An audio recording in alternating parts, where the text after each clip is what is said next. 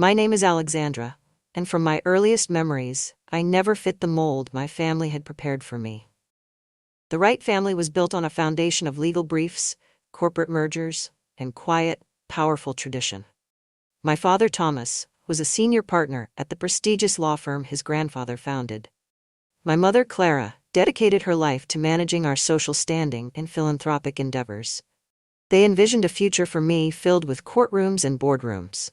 But my soul resonated with a different rhythm entirely. The heart of our home for me wasn't the formal living room or the study, it was the kitchen, especially when my grandmother Flora visited.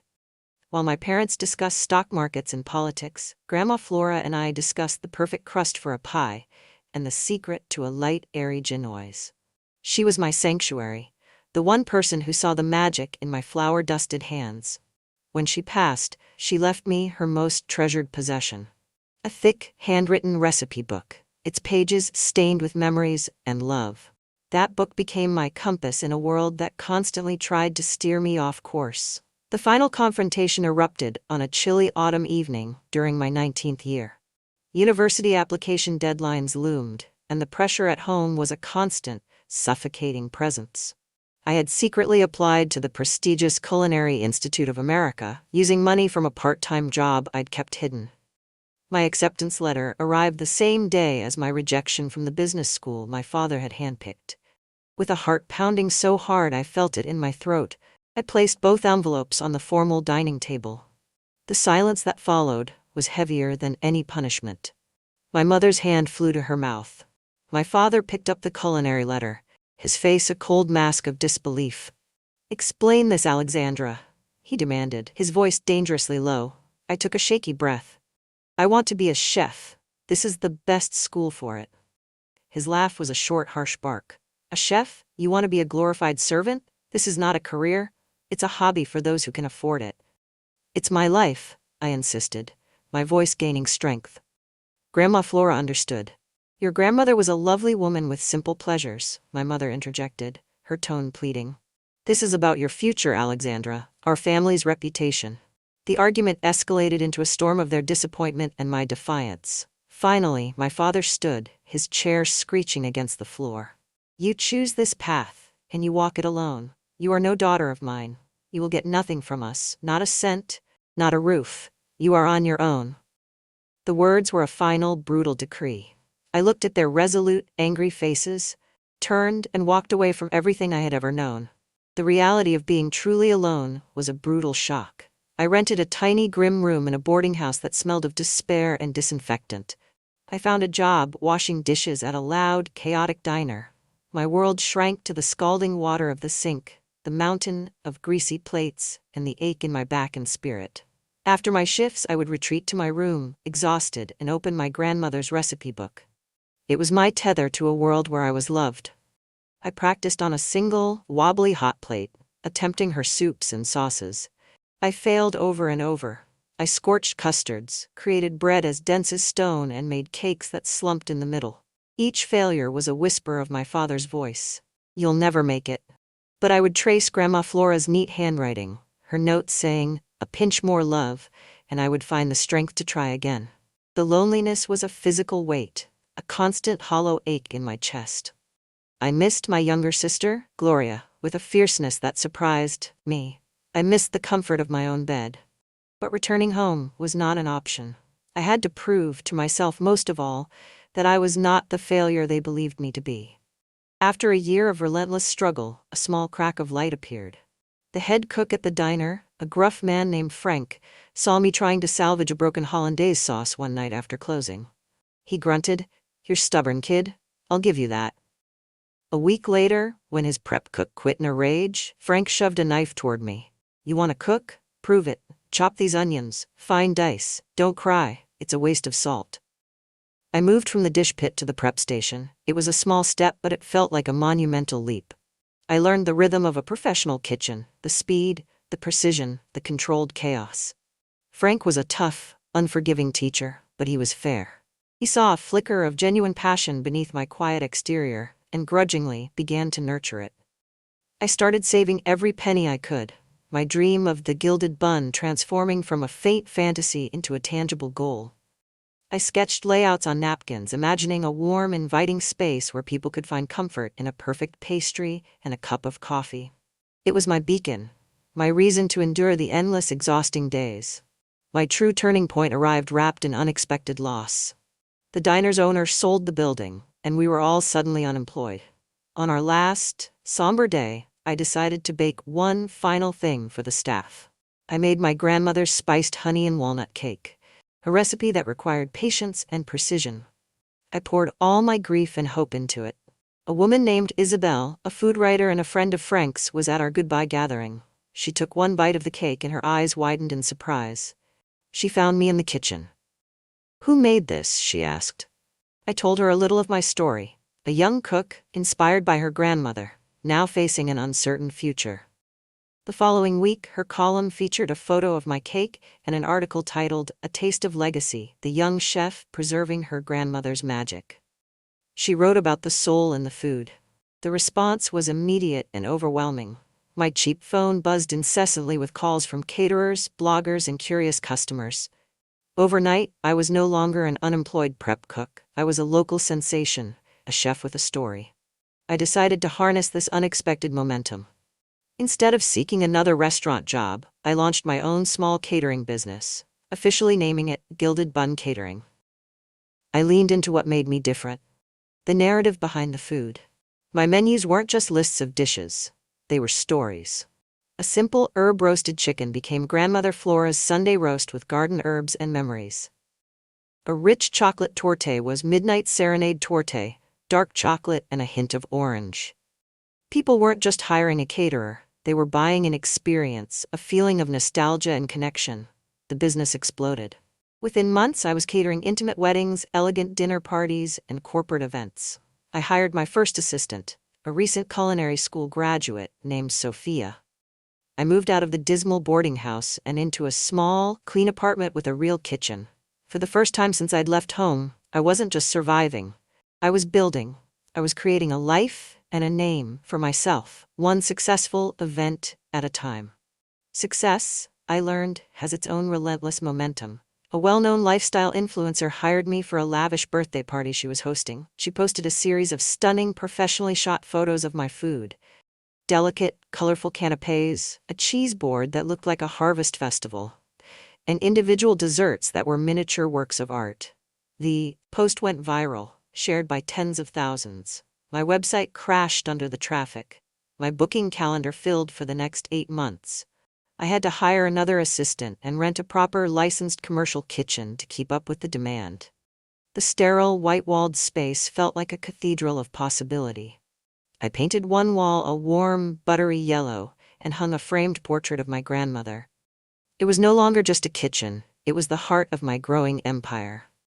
I was becoming known in the city's culinary scene, not as Thomas Wright's disowned daughter, but as Alexandra, the creative force behind the Gilded Bun. The identity I was forging was entirely my own, and it was beginning to shine brightly. The dream of a physical space never faded. With the profits from the catering business and a carefully secured small business loan, I purchased a narrow, neglected storefront in a charming neighborhood. It needed a complete transformation. For months, I lived at the site, working alongside carpenters and painters, my hands calloused but my spirit soaring. I designed every detail: the warm wood floors, the soft golden lighting, the long gleaming display case that would showcase my pastries. The day the Gilded Bun Patisserie and Cafe opened, my stomach was a knot of anxiety. But by mid-morning, a line had formed, snaking down the block, fueled by months of anticipation and buzz. We sold out of every croissant, every tart, every loaf of bread within hours. The reviews that followed were rapturous, calling my food sublime and my cafe a haven of warmth and flavor. I had done it. I had built my sanctuary from the ground up. Standing behind that counter, watching strangers savor my creations, I felt a sense of purpose and belonging I had never found in my parents' world. Nearly a year after the cafe's successful opening, I received a direct message on the business's social media account. It was from my sister, Benedicta. She was 17 now. The message was simple but profound. "I knew you would do it. I've been following your success. I'm so proud of you, Alexandra." Tears welled in my eyes. We began a secret, digital correspondence.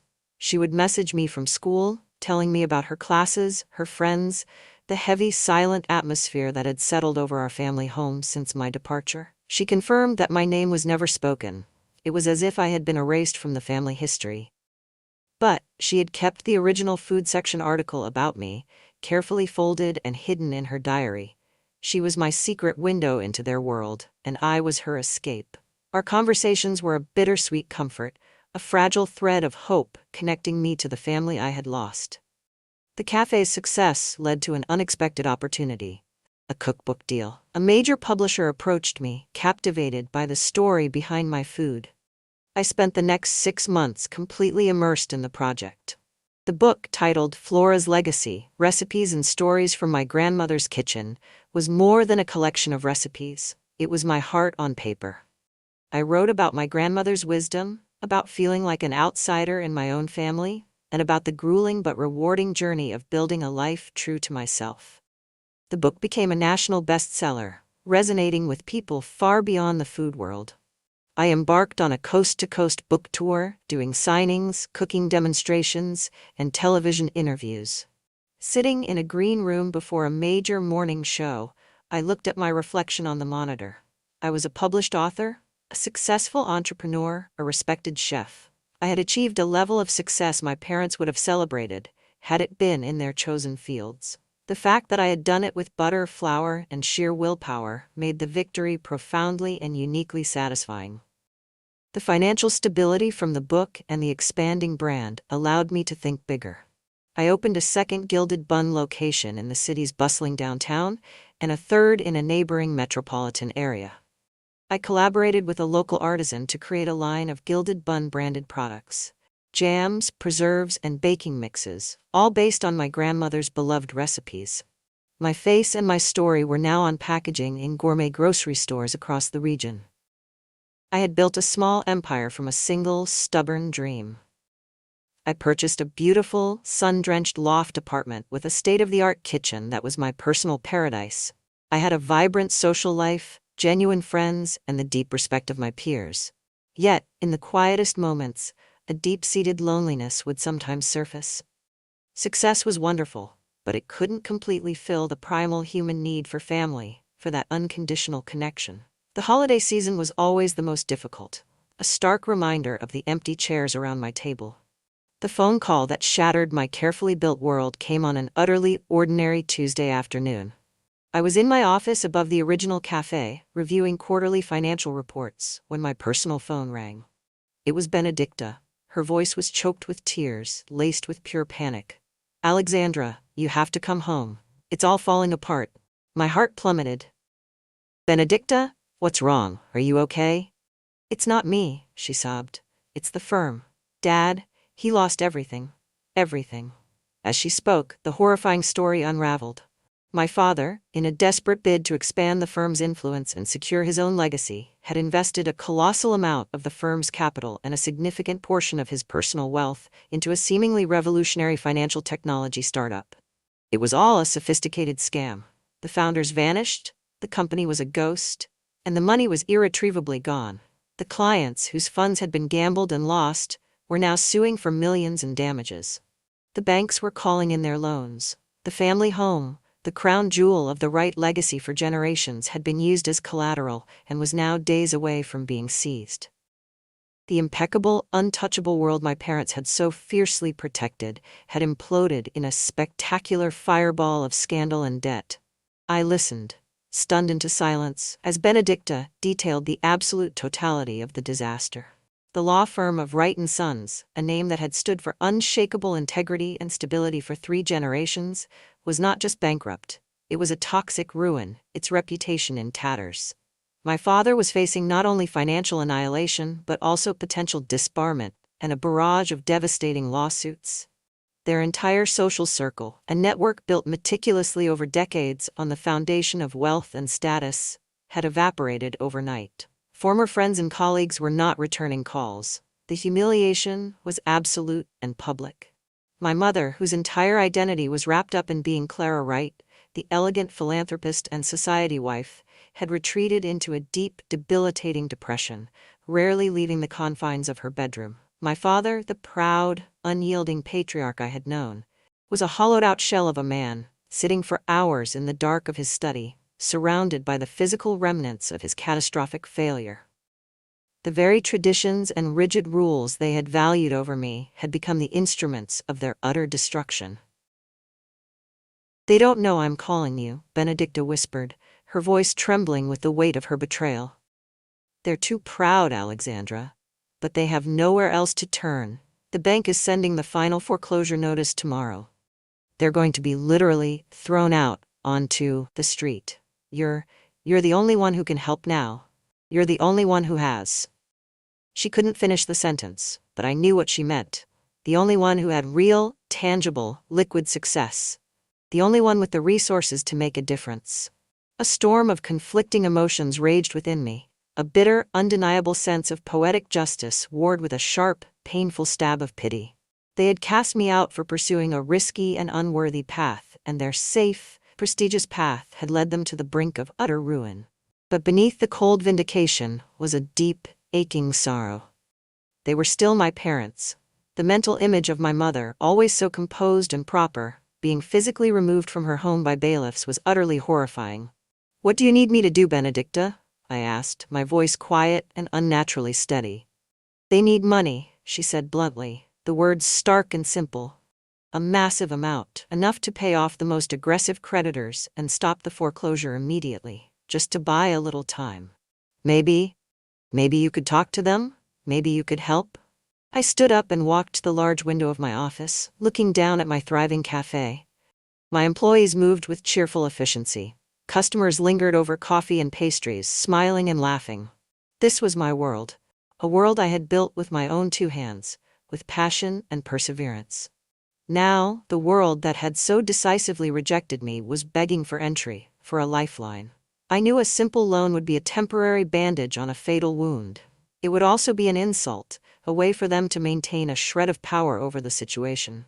If I was going to do this, it would be on my terms, completely and irrevocably. "Okay," I said finally, the decision solidifying in my mind.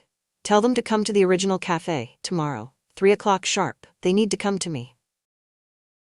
I needed them to see my success with their own eyes. I needed to be on my own turf, in my seat of power. The next day the cafe was in its usual peaceful mid-afternoon lull, a sun-drenched space filled with the gentle hum of conversation and the rich aroma of coffee and baked goods. I watched them arrive through the large front window. They looked like ghosts, pale and out of place. My father's once impeccable suit was wrinkled and hung loosely on his frame, as if he'd shrunk. My mother clung to his arm, her face a tight mask of anxiety, her eyes darting around the cozy space as if it were a foreign, intimidating country. They paused outside the door, gathering their courage like soldiers before a battle they knew they would lose. When they finally entered, the cheerful jingle of the bell seemed to mock their solemnity. I stood from my table near the back. "Mother, father," I said, my voice calm and measured. "Thank you for coming. Please, sit down." They moved stiffly, sitting opposite me in the plush chairs. They both refused my offer of coffee or a pastry, their pride still a palpable force in the space between us. The silence that settled over the table was thick and heavy, broken only by the distant sound of the coffee grinder. My father cleared his throat, his eyes fixed on a whorl in the wooden tabletop, unable to meet my gaze. "Your sister informs us that your business endeavors are prosperous," he began, each word clearly a struggle, tasting like ash in his mouth. I nodded slowly, saying nothing. "We have encountered some unforeseen financial difficulties," he continued, stumbling over the corporate euphemism for total collapse. "A temporary liquidity crisis. We find ourselves in need of a short-term bridge loan." My mother reached out and placed a trembling hand over his. Her voice was a thin, strained whisper. "Alexandra, please, we will pay you back every single cent with interest. We just need a little more time to sort this out." I looked at them, these two proud people who had been brought to their knees. I felt a profound, irreversible shift in the room. The power that had always been theirs, that had dictated the first 19 years of my life, was now firmly, undeniably in my hands. "I don't give loans," I stated, my voice even and clear, leaving no room for misinterpretation. Their faces crumpled in unison, the last flicker of hope extinguished, replaced by raw despair. I let the silence stretch, allowing them to feel the full, crushing weight of their predicament. Then, I leaned forward slightly, my elbows on the table. "But I am in a position to make a strategic investment," I continued. "I understand the family home is about to be seized by the bank to cover the firm's outstanding debts. I am prepared to pay the bank the full amount owed, immediately. I will also settle the most pressing legal fees. I will make this particular problem disappear for you, permanently." They stared at me, confusion and a dawning horror in their eyes. "An investment?" my father repeated, his voice hollow. "Yes," I said.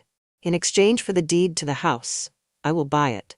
I will become the sole legal owner, and you will be welcome to continue living there, as my guests in the guest suite. It's a generous offer considering the alternative."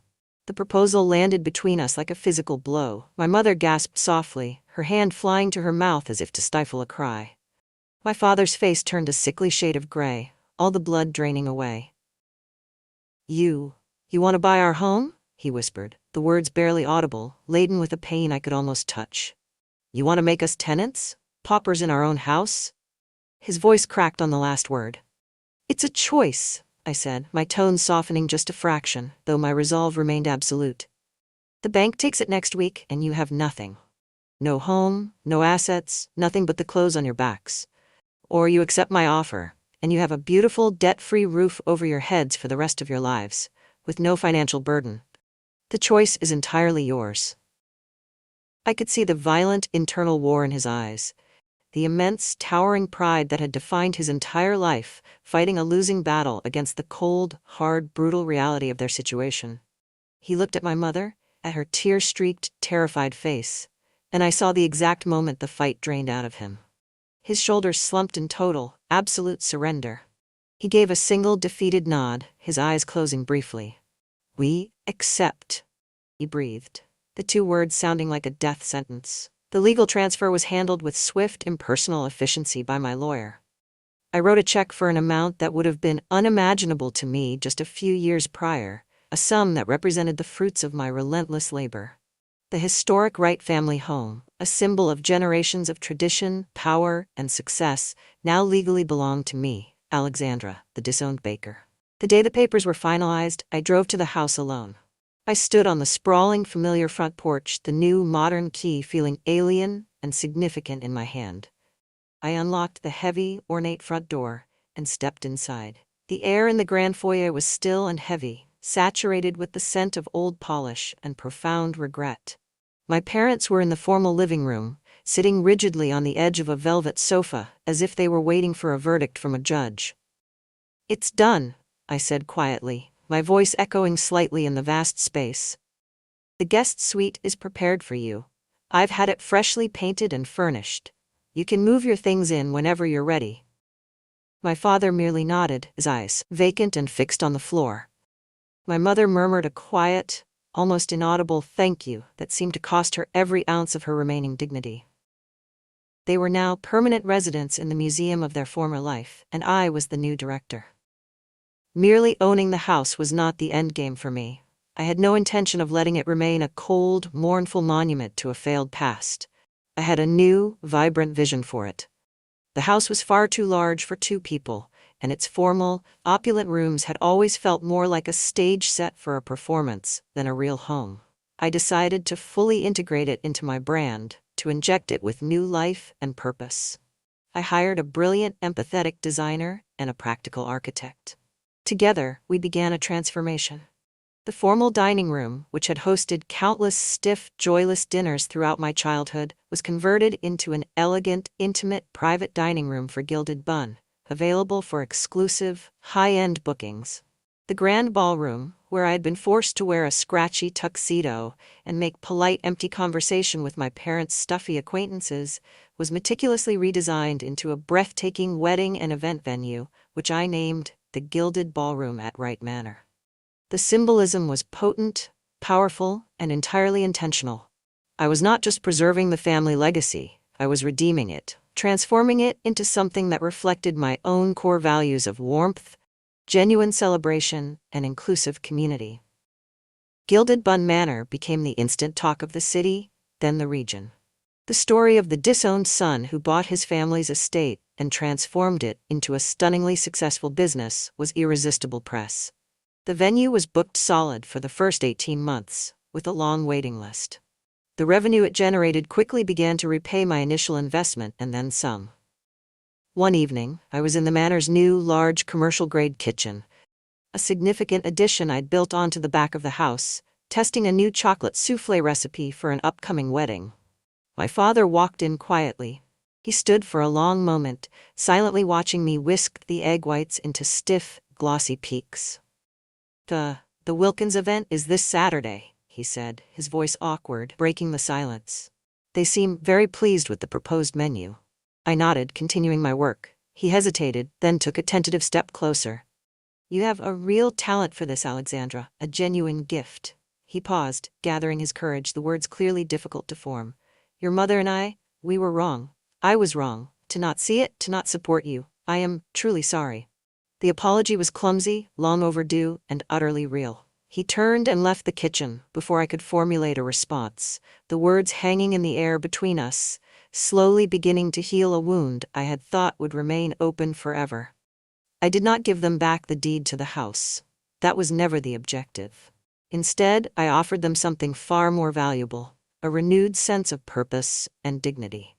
My father, with his sharp, analytical mind and decades of business experience, began voluntarily managing the complex accounts and client contracts for the manor. He found a new sense of worth and engagement in using his skills to support and grow my vision, rather than chasing the ghost of his own crumbled legacy. My mother, with her impeccable taste, extensive knowledge of high society, and innate sense of style, began consulting on event design, floral arrangements, and client relations. She discovered a genuine joy and creative outlet in crafting beauty and unforgettable experiences for others, her social expertise finally being channeled into a positive and fulfilling pursuit. Slowly, cautiously, we began to share family meals again in the big, warm, renovated kitchen. The conversations were stilted and careful at first, but they were real conversations. We were, piece by fragile piece, patiently assembling a new, healthier family dynamic, one built not on stifling obligation and rigid expectation, but on mutual respect, shared responsibility, and a common, thriving project. Approximately a year after they had moved into the manor, we were all together in the kitchen. Benedicta was home from university for the summer, and we were conducting a serious taste test of 3 different frosting recipes for a new cupcake line I was developing. My mother laughed, a real unforced, joyful sound that I hadn't heard in years, at a silly joke Benedicta made. My father, who was jotting down notes on the frostings, offered a small, genuine smile. The first truly relaxed one I had seen on his face in over a decade. In that moment, surrounded by the family I had once lost, in the house that was now truly a home filled with light and laughter, I felt a profound and settling sense of peace. I had taken their broken world, the very one that had exiled me for not conforming, and I had not just repaired it. I had rebuilt it stronger, warmer, more beautiful, and more authentic than it had ever been before. The pain of the past was now a part of my history, a foundational lesson etched into my soul this day, but it no longer defined my present or clouded my future. My story inevitably spread beyond our family and city, evolving into a modern business fable about resilience and redemption. I was invited to speak at major entrepreneurship conferences and leading culinary institutes. I was profiled in business magazines, not just for my food, but for my unique story of overcoming rejection and building a beloved brand. At the heart of every talk, I always spoke about my grandmother Flora, about the profound power of a passed-down recipe, and about the immense courage it takes to defy external expectations to build a life that is authentically your own. At one of these speaking engagements, held in a large, packed auditorium, I spotted my parents sitting in the 3rd row. After I finished my speech to resounding applause, my mother made her way through the crowd to me.